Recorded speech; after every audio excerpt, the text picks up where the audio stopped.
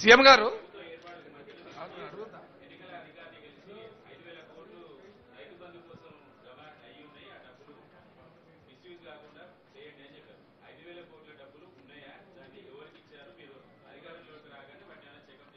వాటన్నిటిని పర్యవేక్షణిస్తూనే ఉన్నాం. ఇప్పుడు ఏమీ లేదు అక్కడ. సార్ గారు అంతా ఊడ్చిపెట్టిపోయినరు. తూడ్చిపెట్టిండు ఊడవడమే కాకుండా చాలా డ్రైగా ఉన్నది.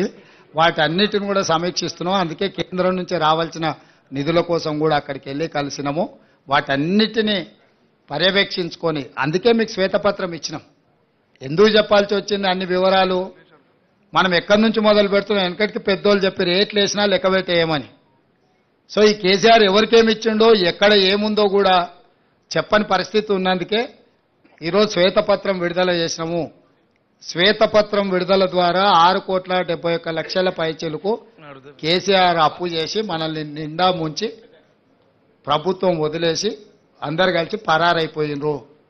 ఈ పరిస్థితిలో నుంచి మనం తేరుకొని ఒక మంచి ఉద్దేశంతోని ఆలోచనతోని ప్రభుత్వం ముందుకు వెళ్తుంది. అన్ని విషయాలు పరిగణలోకి తీసుకుంటాం.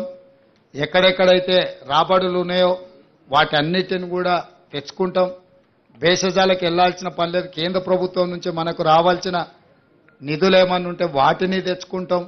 అన్ని రకాలుగా సమీక్షించుకొని ముందుకు వెళ్ళడం జరుగుతుంది. ధన్యవాదాలు. ముఖ్యమంత్రి గారు సార్, సీఎం గారు ఈ సీఎం సార్, ధరణి రద్దు చేస్తున్నారు. అలాగే CM sir, Sriram, thank you.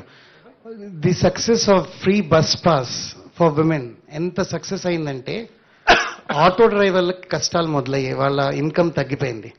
So while that is the success, ఆ డబ్బు లేడీస్ చేతిలో ఉంది, డ్రైవర్స్ తాలూకు ఇన్కమ్ తగ్గింది. దాని మీద ఏమైనా కొంచెం కన్సిడర్. ఆల్రెడీ మా ఎలక్షన్ మేనిఫెస్టో మీరు ఒకసారి చూడండి. ఆటో డ్రైవర్లకు కూడా ఆర్థిక సహాయం ఇస్తాం. దీన్ని మేము ముందే ఊహించినాం.